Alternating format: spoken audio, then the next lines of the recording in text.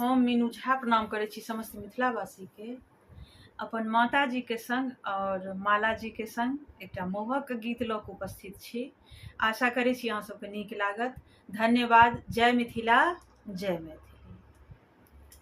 खीर परोसल थारे दुल्हा जल्दी करियौ खाले यो सार सार हो जे घेरी कबैली पढ़ते चुने चुने गारी यो सार सार हो जे घेरा कबैली पढ़ते चुने चुने गारी यो मैं अहाँ के मरबरिया ठाम पहिरत सिल्क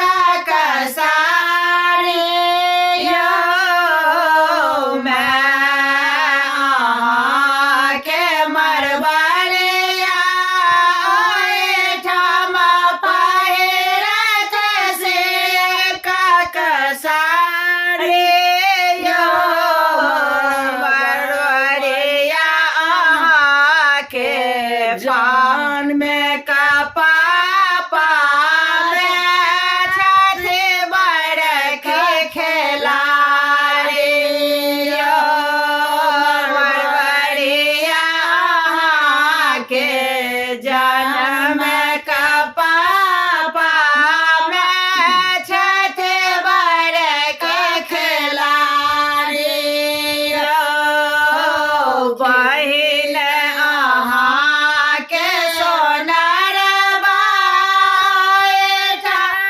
पहिरत सोनम बाली यो बहिन अहाँ के सोनार ठाम पहिरत कनक बाली यो सोनार अहाँ के बहिन